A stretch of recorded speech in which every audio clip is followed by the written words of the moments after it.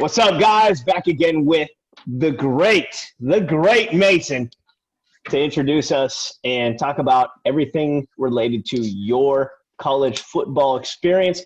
We'll see how much you enjoy it. David, what do you have to introduce us with, sir? All right, ladies and gentlemen, welcome back to another episode of Uncommon Man Podcast. This is your college football experience talk right now. So we dropped the episode of our National Signing Day 1 through 6 that should be out shortly, and then we'll do a follow-up pod 7 through 10. But right now we're gonna talk college playoffs. Now let's get into this because we've talked and we've discussed this.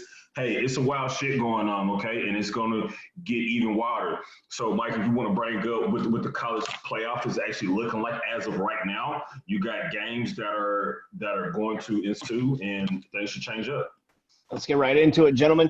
So, as of right now, top 25 rankings, we have Alabama, Notre Dame, Clemson, Ohio State, Texas, assholes, and marketing. Number 6, Iowa State.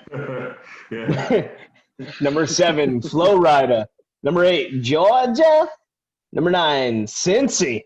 Number 10, OU. You guys can both appreciate that. Number 11, the other Midwest, Indiana. Number 12, Coastal Carolina. That one's still mind-blowing. They should not be up there, but whatever. I got him. Actually, I disagree, but we're going the rankings. I'm going to give you a reason why. Number 13, we have the University of Southern Carolina. Oh no, I'm sorry. That's USC. California, that's what that is. I'm sorry. Oh, gosh. What is that? University of Southern Central. I always get so confused by what part of LA that's in. So it's like I said University of Central Louisiana the other day to piss somebody off about UCLA. Dude, I thought the guy's head, I thought he was going to literally have a vein burst out of his forehead. He was so pissed off. University, you said University of Central Los Angeles, is that what it is? Realistically? Yeah, UCLA. Right. Okay. The Bruins, yeah. But I'm down for Central Louisiana. I'm down. I'm down for Central Louisiana until they earn their name back. I'm down for it. I'm all for it. California guy, and the guy literally, I thought he was going to just absolutely have his head burst. So, oh my God, I can't imagine. As if there were like 10 teams in Los Angeles. Yeah, right, which is insane. But whatever. Mind-boggling. Number 14, Northwestern. I guess it is a wild year anyways. 15, UNSC. God damn it, Mike. UNC. Sorry about any of those folks out there who want to, crucify them for one. Yeah. Don't enjoy someone who's completely belligerent at this point and has been drinking too much and also is cursing. So you guys will enjoy either way. Number 16, Iowa. Number 17, BYU. We've got some good insight on that one. The U. Talk about disappointing at number 18. The U. Number 19, Raging Cajuns. Shout out to my boy Jeremiah. Number 20, Texas. Number 20. Sorry, let me do a moment of silence so you guys can throw in whatever barbs you want. I just call them Texas. They ain't back. I'm telling you that, they're not back. They're bad enough to be number 20, especially in a fucking pandemic year, which is pathetic. That's crazy. Oklahoma, yeah, they're a step above Oklahoma State. That's pretty sad. North Carolina State. Tulsa, yeah, so there are a few rankings above Tulsa. And 23, fuck out of here. San Jose. You got old San Jose State. And then Colorado, who was doing great for a while there, and then they just completely laid an egg this week. So, actually, fun fact about them, they actually got a kid, a recruit out of Jacksonville, Arkansas. He goes to Jacksonville High. He's a defensive tackle. I forgot his name, but he actually signed his letter of intent today to go to Colorado. Excellent, dude. I wish I knew his name, actually. And take that. That's coming for Friday. Yeah. Yeah. So, all right. I know they're let's look at Let's look at the college playoff picture here. Okay, so some real interesting takes on this. So let's raise the question. Okay, so of course you got Alabama, definitely probably a lock to win the national championship. You got Notre Dame and Clemson. They're going to battle it out real soon. And number 4, you got Oklahoma State. I'm gonna start it off. In my humble opinion, they should not be in there. Under no circumstance should Ohio State make it to the playoffs. Here's the argument. All right, and I agree with your argument 100%. I don't think they should be in. You play 5 games, and everyone else is playing 10, 9, 8, or 10, 12, whatever they're playing. And you're only playing 5, or they'll be playing 6 when they play the conference championship. You shouldn't be in. But here's the thing. Let's be honest. Do you really think a Texas A&M, and I'm just asking, I'm not saying this is the argument, I'm just asking, do you think a Texas A&M or Iowa State or a Florida's better than Ohio State Buckeyes? Do you think they're better? Do I think they're better? No. Could they have a chance to beat Ohio State? Yes. If you look at what Indiana did to Ohio State, pretty impressive. Only reason why Ohio State won against Indiana is because, let's face it, they got more 5-stars on their team than Indiana. Well, Iowa State's going to have a chance this weekend. Let's see here. It's supposed to be the conference championships this weekend, correct? Well, we're talking about Indiana. Iowa State plays us, and I'm not looking forward to that matchup. Why did I say Iowa State played – oh, God damn it, Mike. You mean Indiana? You're good. No, you're good. Dude, do I already need to tap out? Have I been drinking this much? Yes, if you look at Indiana – Woof. So if you look at Indiana and Ohio State, Indiana wrong divisions. I mean, damn, I can't remember how. It was just up there. I mean, I can't remember how many points they put up. I mean, they played them really close, and like I said, the only reason why they lost because Ohio State had more 5-stars. I mean, they got better talent, but they really took the fight to them. Okay, so I agree with you, and actually, I want to give a shout out to Indiana for that because this year I have never thought that they would have done what they've done this year. So shout out to them, and also shout out to Northwestern, 2 Big Ten teams that I never thought. Because at the beginning of the year, if you asked me who I thought the top 3 teams in the Big Ten would be, I said hands down Ohio State, Wisconsin, and maybe Penn State. That's who I thought. So for Indiana and Northwestern to even make a run for it for the Big Ten, congrats. If you're a fan of them, you should be very proud of your football team. They did a great job this season.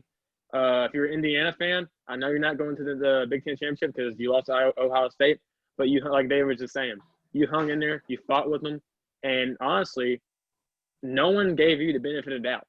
No, granted, you were ranked at the time and you beat some pretty good teams. Everyone thought Ohio State was going to still steamroll you.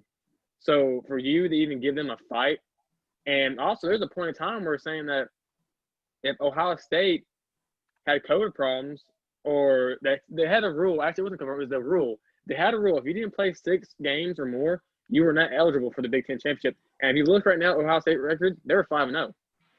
So they weren't eligible until the Big Ten recently changed the rule.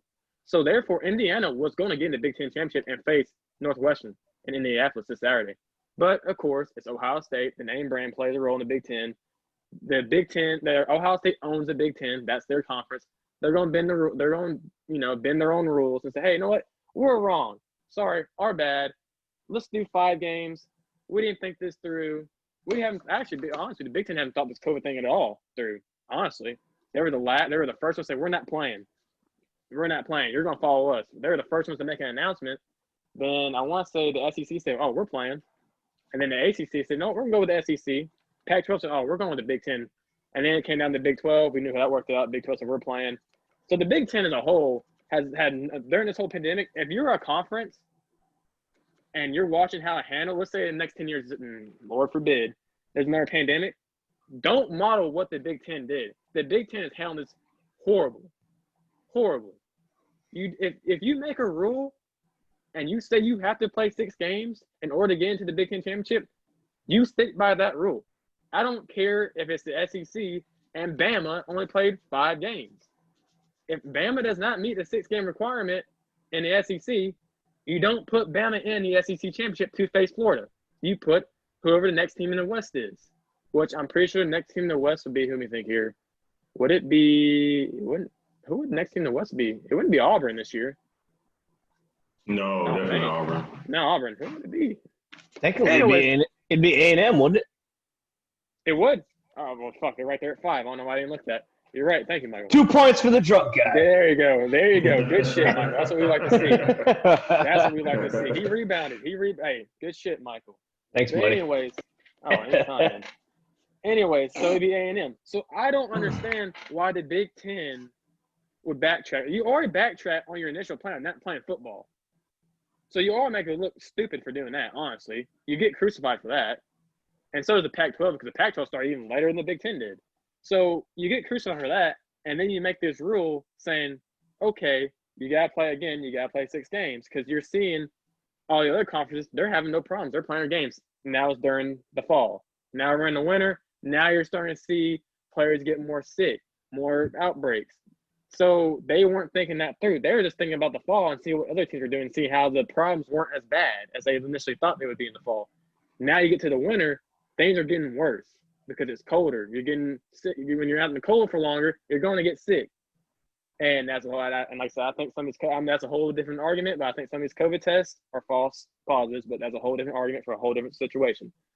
But granted, they didn't think December through or November through. So I don't think. Honestly, I think the NCAA should tell them no. You can't change the rule, even though it's their conference, the Big Ten. I should think they should hold their ground and say no. You're past that point now where you can change that rule. We've been past that point. Was made back in October. It is December now. This is conference championship. You cannot change that rule. So no, I don't agree with Ohio State getting in. But the committee, they love their brands, and it's Right. they. You said what? Yeah, dude, absolutely, man. Yeah, that draws names. That's all. Ohio State. Oh, look at that! They came in. It draws eyeballs. They're 5 wins right off the bat. Yeah, let me ask you this. Here it Let's is, say baby. Indiana wins. Let's say Indiana wins. Would you want to watch Indiana play Alabama, or would you rather watch Ohio State play Alabama? Who's going to say Ohio State? If I had, honestly, yeah. Dude, you just nailed it earlier with talking about this. What a disgrace it was for the fact that when you sit here and you look at the resume of Ohio State right now, it's like they got 5 wins in a defunct division at this point. It really is. I mean, they haven't actually had to play a full season. They played half the season of everybody else. I'm an idiot for the Iowa State conversation, but like for everybody else that's in the Big Ten, they've only had fucking 5 games. Yeah. So there's no justifiable excuse for having them in here other than the fact there's a key name. There's a key name that brings Ohio State in for the top 4 right now. Anybody want to sit there and throw that name out? He's for Ohio State. He's essentially going to end up being woo. There we go. You say Fields. That's what I said too. That's what I thought too. I just want to make sure I didn't sound like a dumbass. Exactly, dude. Right. But how shitty is it for a team that's played half a season automatically get into the playoffs, and then let's say they sweep the whole thing. Let's say somehow they beat Alabama. So you play 7 games and you win the national championship? Whoa. Well, here's another thing if you're thinking about. That's a good point. That's a great point. So you notice how Bama's played 10 games. Notre Dame's played 10 games. Clemson's played 10 games. Or let's say Notre Dame beats Clemson. They're out. So you put, let's just say I hate saying the faggies, but we put the faggies in. We put them in. They're not Aggies. They're faggies to me. So we put them in. Cheers. Cheers to that. No arguments from Houston, baby. So you put them in. Okay, cool. So College Station is in. So you have that. And they played 8 games. Or they'll play 9 games. They play Tennessee this Saturday. So they'll play 9 games by that count. So Ohio State's only played 5 games. All these teams have played way more games. Whose players are going to be more rested? Whose players are going to have less contact and more rested up? Because you got to remember, Bama's been through an SEC schedule, a 10-game SEC schedule. Notre Dame's went through Clemson, Miami, North Carolina. Well, I mean, even as much as we are not major fans of the outfit, A&M has as well. Yeah, that's what I'm saying. They've all played way more games. Georgia, Florida. I mean, Cincy has. So my conference, the American, As much as my team stinks since our quarterback ended up diverting to University of Miami. The King from Houston. Which they stunk too. It worked out for him though. Not really. I mean, he's done okay, but dude, Miami was like they were supposed to be like number 3 ranked coming into the season. Where are they at now? Yeah. It's about team-wise? Oh, team-wise, no. Yeah, the U completely dropped off. I mean, him as a player, he's actually lived up a little bit more because no one thought he could throw a deep ball. And he's actually thrown a pretty good deep ball. So it makes you wonder, like, if he'd stayed with U of H, he stayed another season. What would happen? What would happen? Exactly. You have that West Virginia coach. The new coach I have came from West Virginia. And West Virginia, before he came over to Houston, they were in a contest with OU for the Big 12 championship. Correct. With what's his name? What's his name? His dad. He's at. I want to say he's at Carolina now. The old quarterback. He was 2 years ago. West Virginia's quarterback. What's his name? He got drafted. Yeah, I know who you talking about. Yeah. Because he was in the Heisman candidate talk. Yeah, I can't think of the guy's name. Remember, because he played Kyler Murray, and it was supposed to be the big matchup in Morgantown. It was the biggest match. Yep. So, anyways, I know exactly what you're talking about. Yeah. Imagine King, which he did get to play under him last year, but imagine a second year with King with that coach. And I forgot his name. Dana Holgerson. So yeah. Imagine him with Derek King a second year. What that would look like. Because Houston has athletes. They're in Texas. Even if you're a 3-star recruit in Texas, you're an athlete. You can go anywhere in the country and play. And I'm not going to lie to you. University of Houston's campus it's phenomenal, dude. Right. Like for just a who gives a crap campus kind of deal. Mm-hmm. People really shortchange how gigantic Houston is. Like, I mean, you can jackhammer 3 New York cities into this city.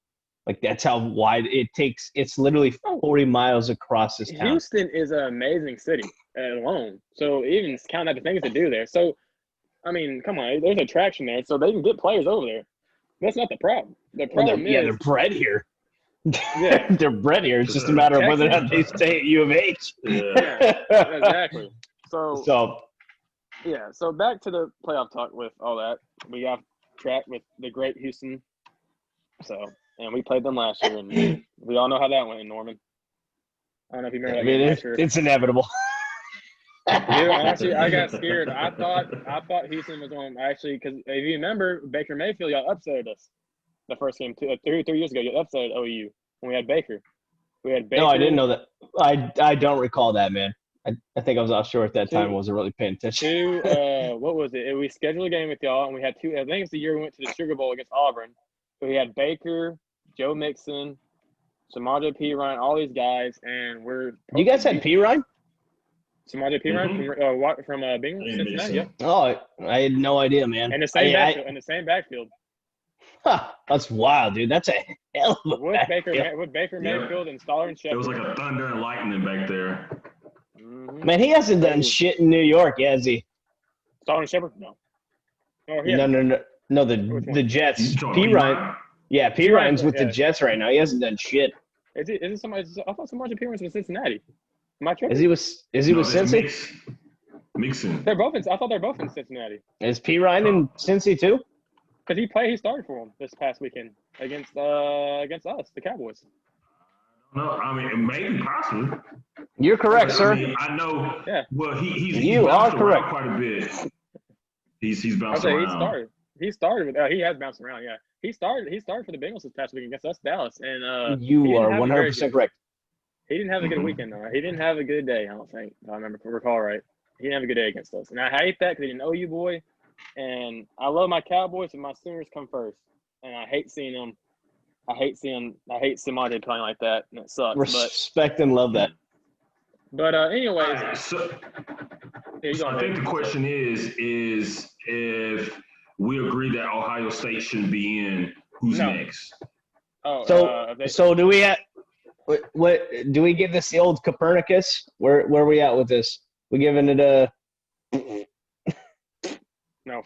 Of course, it had to be the one individual on the other side that had to make things interesting. So Ohio State can get the fuck out of here.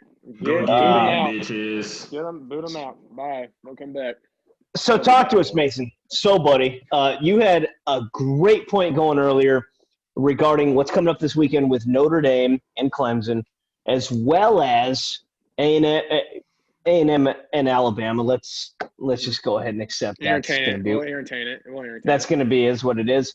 Iowa State is going to end up playing Oklahoma, which in 1,000 lifetimes I never thought that I would see Iowa State above Oklahoma. And I have a fun fact. That is the case. I have a fun fact about that game, too. When they played earlier this year, the third game of the season for OU and the third game of the season for Iowa State, I'm pretty sure. It might have been the second game, but it's definitely the third game for us. I have a fun fact. But we'll talk about your Notre Dame and Clemson ACC championship first. Absolutely. So, with that, here's the thing. Let's say, for argument's sake, Ohio State gets in because they're brand. If you're Iowa State, and let's say Iowa State beats OU, pray to God it doesn't happen, but let's just say, for argument's purpose, it happens. Let's say Iowa State breaks Oklahoma's win streak of winning the conference. And then A&M is sitting there nice and pretty, and Notre Dame beats Clemson. That opens a fourth spot because Clemson's out. They lost Notre Dame twice. They lost their conference.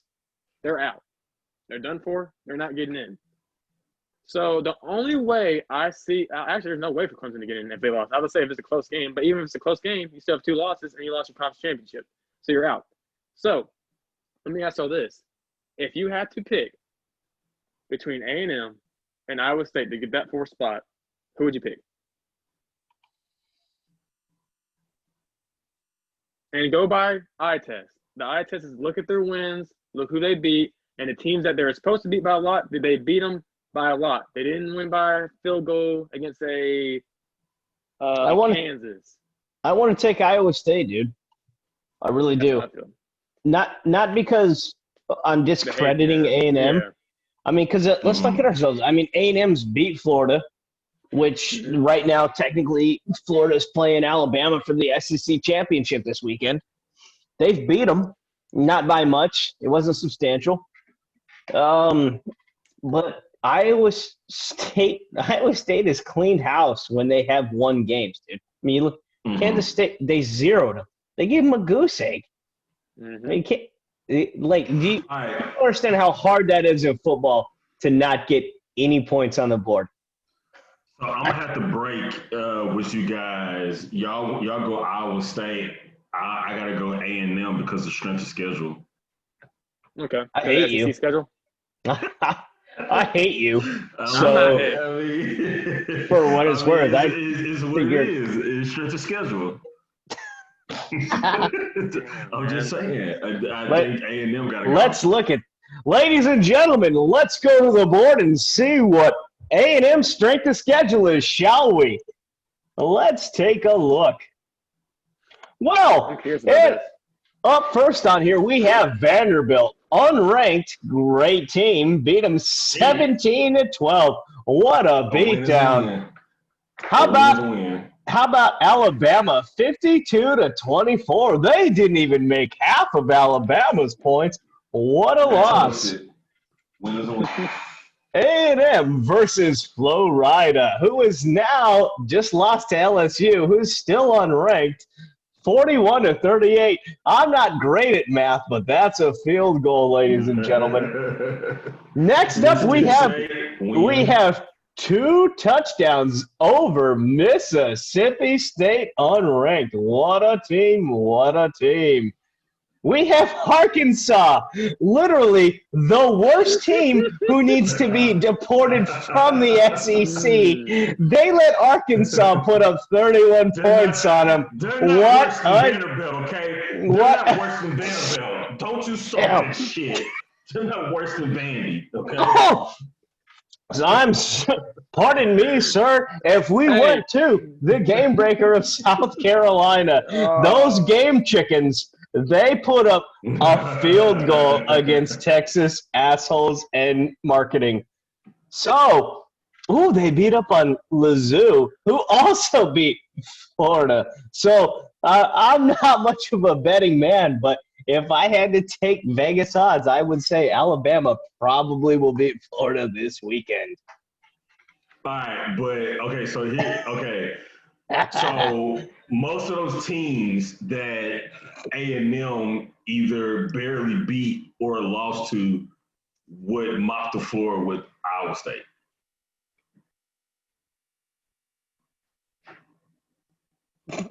Don't look at me like that. Don't look at me like that. Okay. Don't look at me like that. So We've watched the same Iowa State team, right? Outside of Arkansas and Vandy, excluding them two, because they'll probably hang 100 on them. all righty, 16 on the board survey says let's talk about Iowa State versus who they played against. Yeah, let's talk about Iowa State real quick. All righty. That's that they beat. Ladies and gentlemen, that's a pretty big victory right there against Oklahoma, who is number 10. And last year, Mr. Mason, where was Oklahoma in the final standings? You talking about the final playoff rankings? Oh, I'm not good at math, but that would be 4. Well, last year, the final rankings were number 4. Woo, that's pretty impressive, sir. And we got the breaks by LSU. Yep. Mm-hmm. But that also means that they recruited very well, too. So that is a solid team. You're talking about Iowa State versus Texas A&M. So next up, Texas Tech. That should be a gimme game. And, ladies and gentlemen, it was. How about against Oklahoma State? That was a disappointing loss, but again, against a ranked team. Let's say this about Oklahoma State. You got to remember who they have at Oklahoma State. Hubbard Chuba is Chuba, whatever his name is. He's a top running back. Chuba Hoover. Yeah, thank you. Chuba Hoover. Whatever his name. I hate his name. He's from Canada. I know that. I know he's from Canada. Boy in Canada. Yeah, they love their Canadians in Oklahoma and their State. Black market maple syrup. Yeah, exactly. Canada. Yeah, it's crazy. But anyways, they had the best trio in offense in college football. You have Tyler Willis, whatever his name was. He's a wide receiver there at Oklahoma State. Spencer Sanders, he's a decent quarterback. He's a sophomore. He's a 4-star coming out of high school. Solid. Then you have Chuba.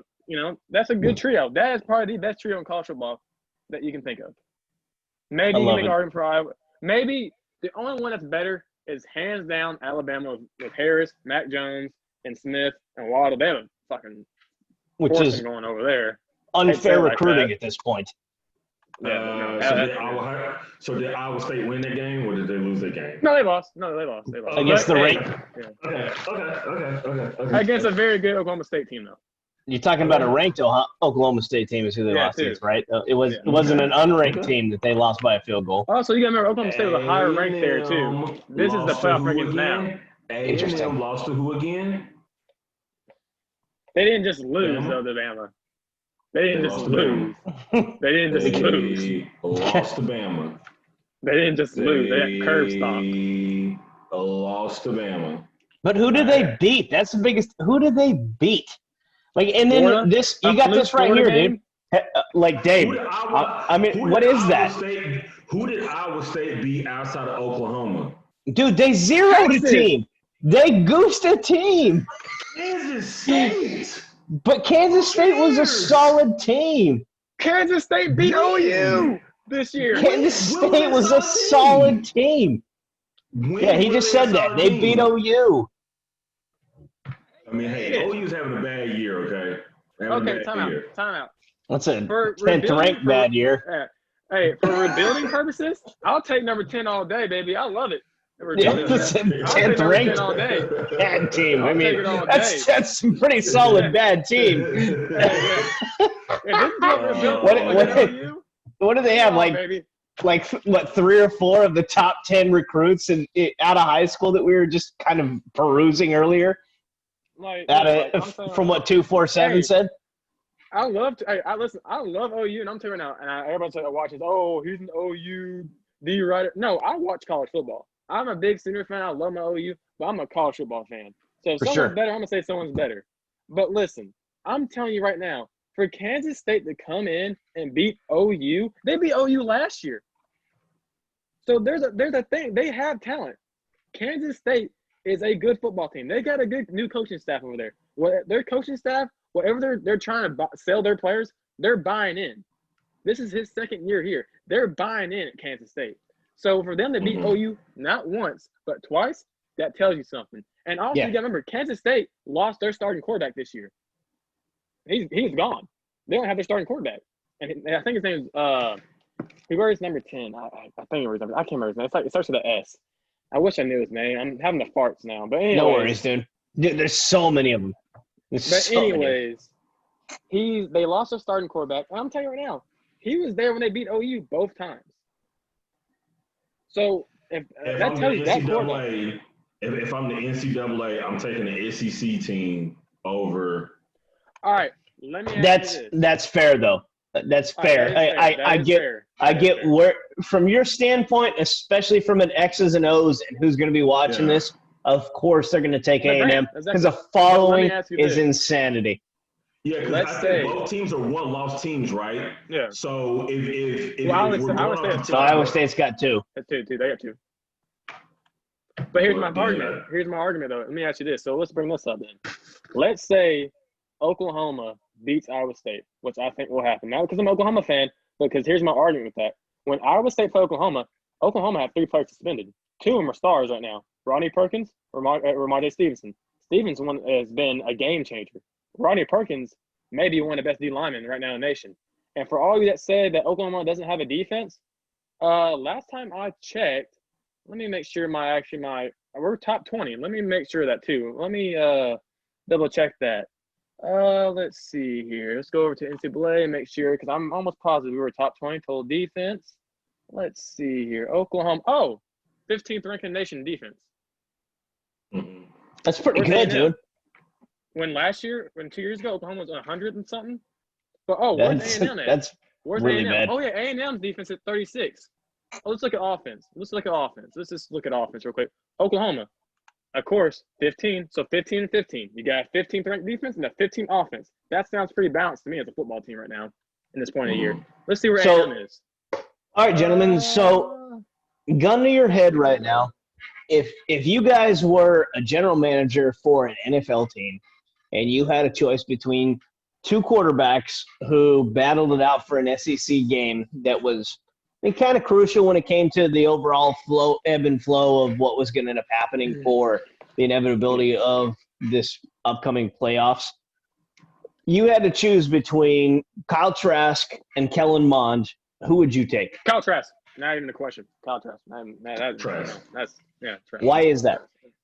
Let me tell you. All right, Dave, you take off. Dave, you go first. I'll go after you. Okay. So I think if you look at what Trask has done so far with the amount of yards that he's put up, completion percentage, all that, and also with him invading the pocket, that's also something to look at too.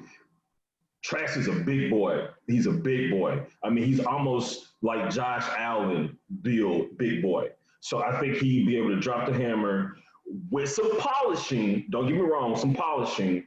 I think he will probably pan out to be a better quarterback than Mon. Okay. What about you, Mason? I agree 100%. Here's my argument. So I'm not really arguing. Here's my agreement with Dave right here. So if you watch A&M and you watch Florida and watch them play and the quarterback play, it's light years difference. There's a light years difference. Kyle Mon or whatever his name is, I just call him Mon. He's inconsistent. He's the most inconsistent quarterback I've seen, hands down. This year he has had a better year, but if you look at him, I know this is last year, but last year his throwing motion was off. That counts. You said the keyword consistency. His throwing motion was off. And granted, this year his throwing motion was a lot better. His release got a lot better, but he overthrows our receivers on little dump routes. He'll underthrow it. Trask, I don't see that. I see Trask making throws right in the bucket every single time. Consistency is key as a quarterback, especially in Power 5 and in the NFL. But let's talk about Power 5 right now. And granted, you can make the argument, Florida lost to Texas A&M. Honestly, I think that game was a fluke. I think if they played right now, teams change over the course of the year. Teams get better. That's part of it. OU is a different team than when they were back in September. Florida is a different team than when they played A&M in College Station. It's just a matter of fact. It's just a fact. So, and you can bring up the whole LSU loss thing. Okay, cool. It was foggy. I think Florida was overlooking LSU and looking forward to the SEC championship game against Bama. That's what I think happened. So, you can make the argument if you want, but if you actually sit down and watch these two quarterbacks play, one's in the Heisman. One was I think still is, but we'll say was for now until I hear more about it. One was actually second place in the Heisman race behind Mac Jones at Alabama. Where was mine at? Where was he at? I heard about little whispers. Oh, he might come to New York and be in a chair, but he won't win it. He might come to New York. He might get in the top 4 for the Heisman race. Might. There's a difference between being second and might be considered of going to New York to get that award. That's two very big differences there. So no, I hands down, if I'm there in the SEC championship, give me Trask all day. That's my guy. All right, guys. So you ready for some wild card conversation? Yeah. All right, what you got? So 2020 has completely altered. We're going to go in a hypothetical here. 2020 is completely altered. We have a normal college football schedule. We have a normal football and life schedule going on in general. And everything. Okay. We've got the fans going.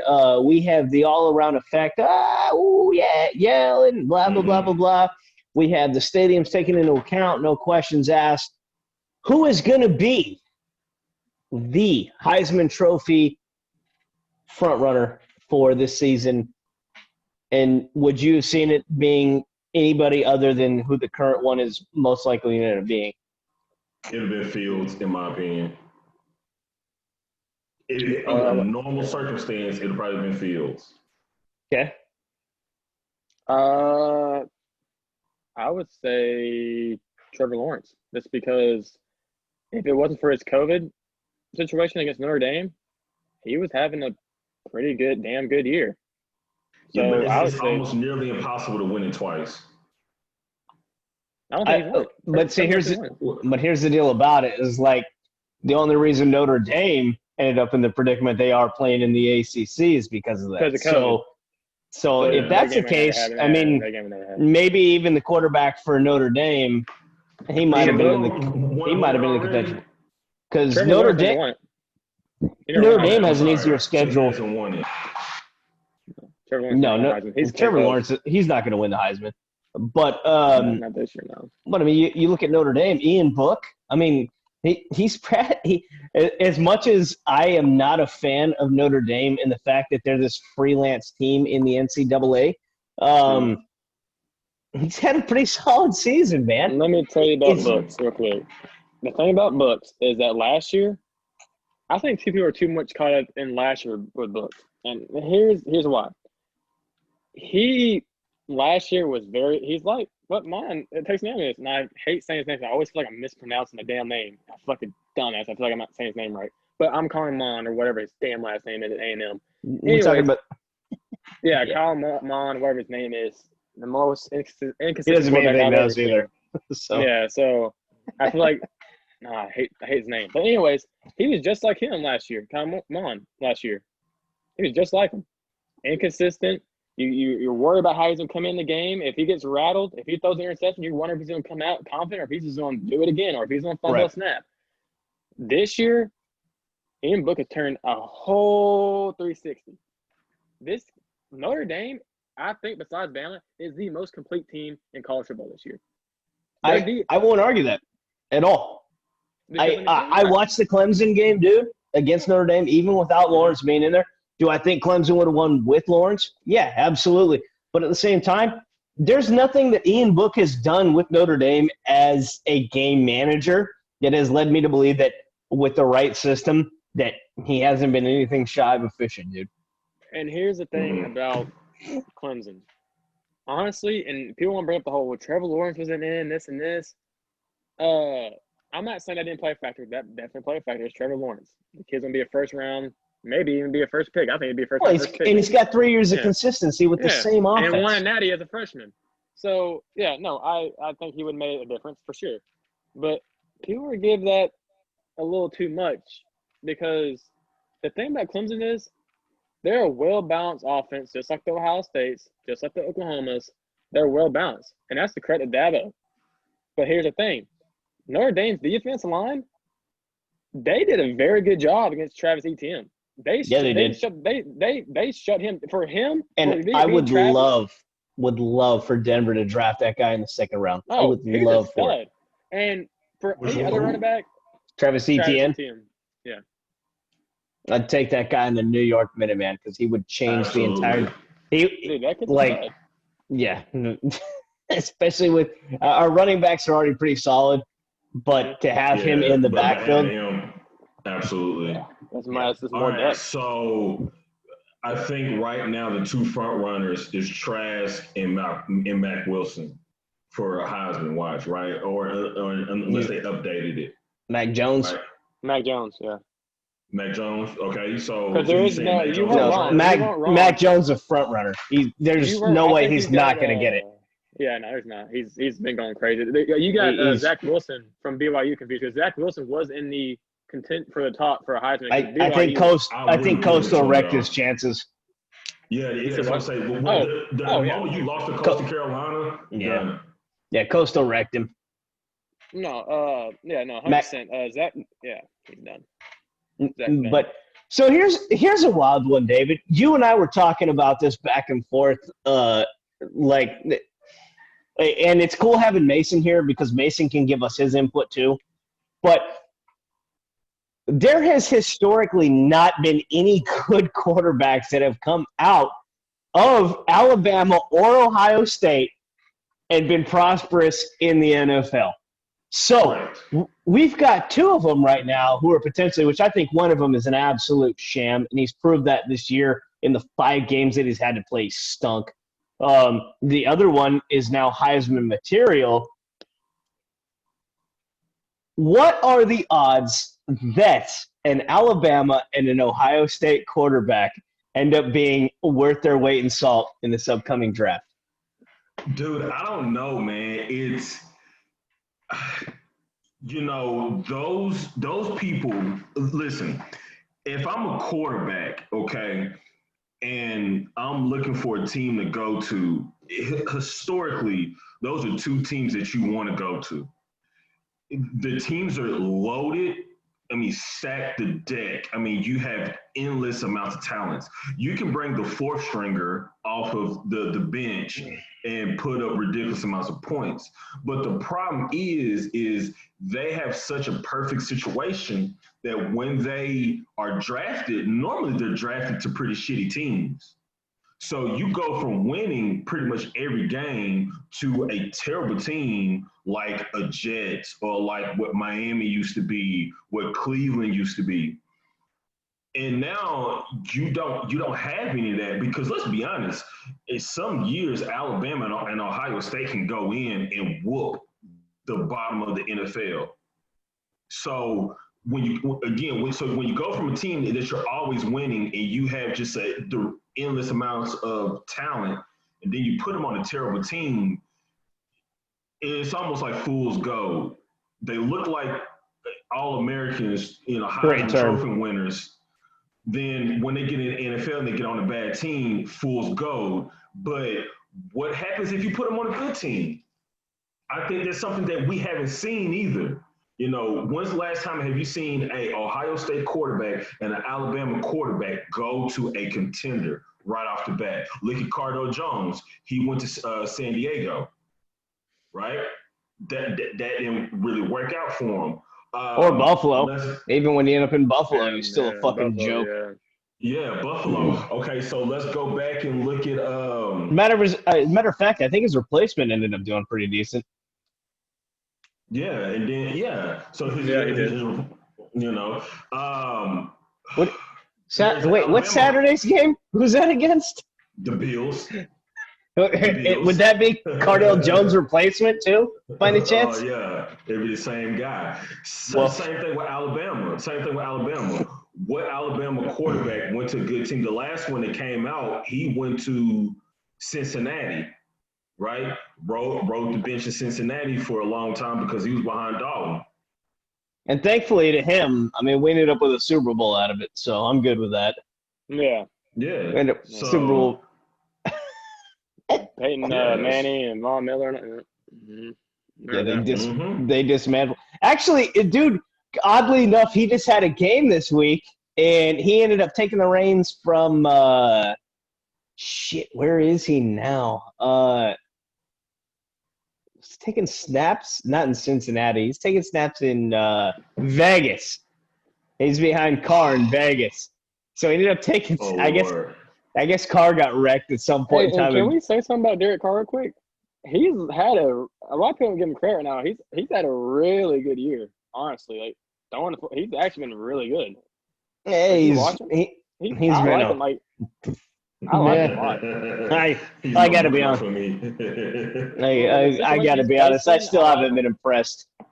So they're still. What are they? A game up on us at this point? I mean, it's for a dude that's been in the NFL now for what 5 years, half a decade. Yeah. It's still not anything decent. You know, dude, I gotta be honest, man. Of all the teams this season that I have been thoroughly impressed with, and I feel bad for individual players, is Philip Rivers, man. Yeah. Can you imagine how many Super Bowls he might have won at this point had he been with any other team besides San Diego for the tenure that he was with that team? Yeah. Because Indianapolis, they're firing, dude. That team's doing pretty solid, and Philip Rivers is on the decline. Like, not decline. He's on the tail end, like dumpster diving for whatever talent he can still muster up. Yeah, like, but that's partly his fault for not getting out 6 years ago. Yeah. I mean, he should have walked a long time ago.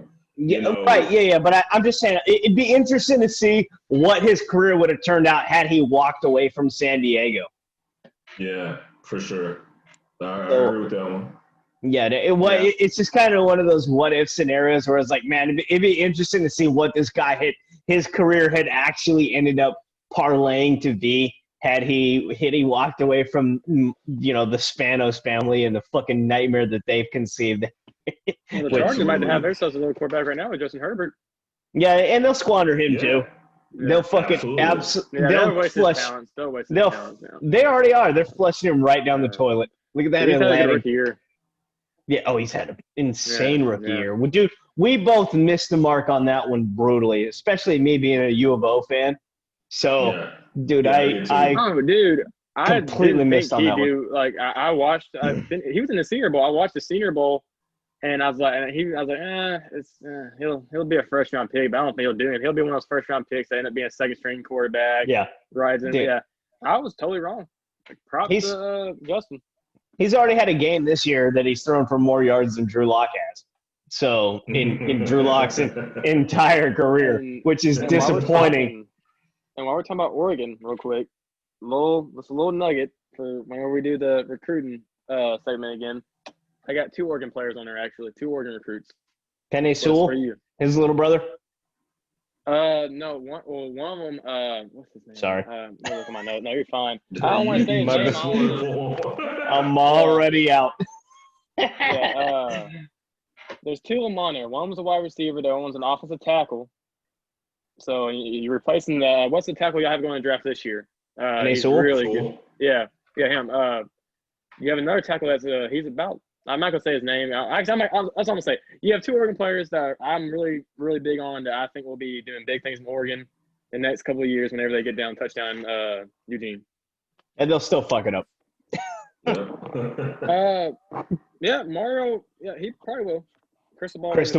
Yeah. He'll fine. Actually, I like him. I actually like him. Dude, he turned it around after the Chip Kelly era. Look how that's going with UCLA right now. Yeah, bad. So, which I mean, Chip, he had a wild run there in Philadelphia as the head coach, and he had obviously a wild run with Oregon. And truthfully, he built a great roster in Oregon, but it's taken Cristobal what in his 4th year now to actually start building a good roster. I'm speaking on behalf of OU fans. We still don't forgive y'all for the onside kick. I don't know if you remember that. I mean, let's not get our. What is it valued at? What is it valued at? You guys at least have won a national championship. We don't even know. As an Oregon fan, and this is just it's been since 2000. It's been a while. And here's the deal about it. Like, Okay, here's the cool thing about college football. You can have favorite teams from different conferences just because there's so goddamn many of them. Like Oh, yeah. so I was pretty much raised. Well, I was born in the Philippines, but I was raised in Colorado, and then we ended up moving to Oregon. So I'm a Buffs fan, which is rough, especially being a Pac-12 fan, and then I'm a U of O fan, which is rough being a Pac-12 You know fan. they played in the conference championship this Saturday, right? Against I want to say it's USC. The Buffs No, or Ducks. They playing because apparently it was supposed to be who for was what? it? Who was supposed to, What do they? the What they get Pac-12? the West West? They're gonna get smoked by So USC, dude. They don't stand. They I don't think it's a stand a matchup chance. issue. I think the speed could kill USC. I think that speed because they're corners at Oregon. I think that because Dude, here's my that thing happens with all the time. USC. Name one cornerback out of Oregon who hasn't been like a 5-star recruit out of high school that has actually done shit in the NFL at Oregon. None of them. Yeah, that's true. Literally none of them. I can't even. The last guy that they did was supposed to be like he ended up being like a 3rd-round pick for Kansas City, and the guy never even made a fucking NFL roster. He was that bad. I just So, think that game. I think and this goes for any fan, USC fan that watches this right now or later on. This Saturday when you play Oregon, be prepared. It's gonna be a fight. I'm telling you. If you go in that game thinking that you're gonna handle the Ducks, they are a 2-loss team. You think you're gonna go in there and just smack them around, have fun with them. Good luck, because I'm telling you right now, USC. There's some games y'all should have lost too. That came down to where I got lucky with Brew McCoy. Or was it Brew McCoy? Might have been Brew McCoy that caught the game-winning touchdown one time. You got lucky. So yeah, it was Brew McCoy. He was a 5-star out of Mater Day.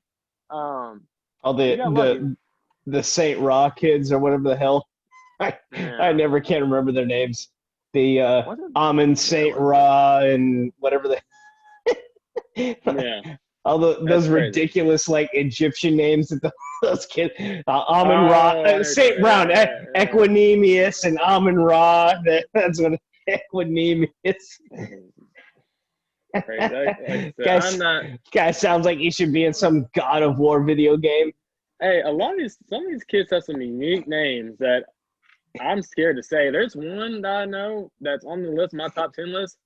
I'm still trying to figure out how to. I'm horrible at pronouncing names. As y'all can tell with Kalman and whatever it's fuck at A&M. See, I'm horrible at it. So I'm scared to go into this part 2 with this kid. It's like it took me forever to learn Tua's name. It took me forever. So I'm scared to say this next name part 2 is Creedland with his name because his last name. Oh my God, it's a paragraph. That's all I'm gonna say. It's a damn paragraph, and it's gonna be fun trying to pronounce. Ooh, cliffhanger. Well, ladies and gentlemen, I know we didn't ever actually get around to it. We're gonna come up this weekend after what happens with all of the conference championships, and we're gonna talk about this and discuss what we think is gonna be the final outcome and how things in the playoffs should end up going. And I hope you guys. We did. Talk about Iowa State a little bit. Okay, yeah, make sure. I don't remember if we did or not. Yes, we did. So, but at this point in time, it's really anybody's game. We did talk about the ACC. We talked about the Big 12. We talked about the Big 10. And those are pretty much going to be inevitably our top 4 playoff teams. So, with these unprecedented times, Mason, dude, thank you so much for coming on. Can't wait to finish up the segment on Friday. Talking about much appreciated, sir. Absolutely, thank you for buddy. having me on, man. This was a bunch of fun, man. I had a great time. Dude, we can't wait to hear what you have for the last segment of the high school recruits coming into the future of the NFL and the NCAA. There's a bunch of kids on there. I'm telling you, there's some kids on this list that I honestly think will end up being Hall of Famers and wearing that jacket in the NFL. Honestly, I really do. There's some kids because I'm telling you right now, this 2021 class, a lot of people, if you haven't paid attention to it, it is loaded with so much talent. And that's just the 5 and 4 stars. You always have those 3 stars that come out of nowhere, like at LSU when they had Joe Burrow was a low 4-star or a 3-star, wherever he was. He was a low recruit, or not really a low, but he was a mid-tier. And he came out, won the Heisman, first pick for Cincinnati.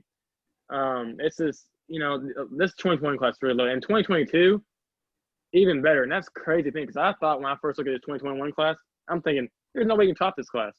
This is one of the best classes I've seen since I started following college football. So 2022 is gonna be even better. Now I'm looking at that. I'm still doing my research on that class. 2021, I've had a full fall.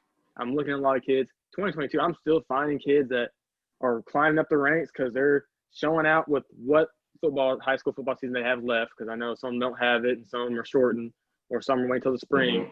But a lot of those kids in 2022, dude, they're something else. So all I'm saying is college football and football as a whole is looking really bright with these two classes, and it's only looking better.